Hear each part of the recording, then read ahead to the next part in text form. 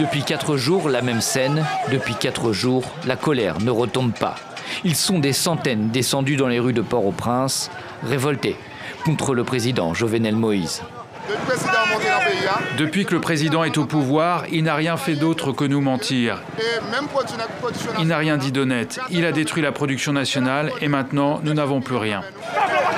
Le peuple n'en peut plus. On parle au président, mais il ne comprend rien. Le prix du dollar flambe. On ne peut pas rester comme ça. Alors on ira jusqu'au bout. Il y aura sûrement une révolution dans le pays.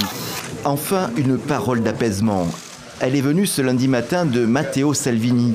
Le ministre de l'Intérieur italien semble vouloir apaiser la France après une semaine de crise. Je réaffirme que je suis disponible pour accueillir le ministre de l'Intérieur français à Rome ou aller à Paris, et même dès cette semaine, parce que les dossiers terrorisme, brigade rouge, terrorisme islamiste sont toujours ouverts. Construire le mur pour assurer la sécurité des États-Unis. Donald Trump l'a répété à El Paso. Il est venu dans la ville frontalière avec le Mexique pour permettre d'empêcher les criminels et trafiquants de traverser la frontière. Mais pour le maire de la ville, républicain comme Donald Trump, le mur n'est pas la principale raison d'une bonne sécurité dans la région. C'est factuellement incorrect. Nous étions en sécurité avant et en sécurité après.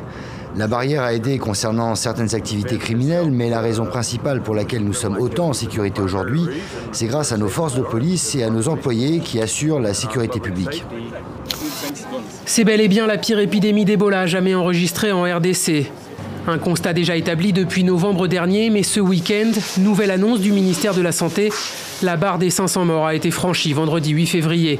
Pour contrôler la maladie, pas de secret, il faut que la population y mette du sien.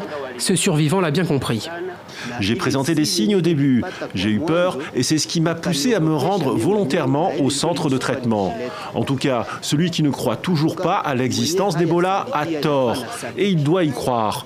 Si les gens continuent à créer de la résistance et à ne pas se dénoncer, ça peut conduire à la mort.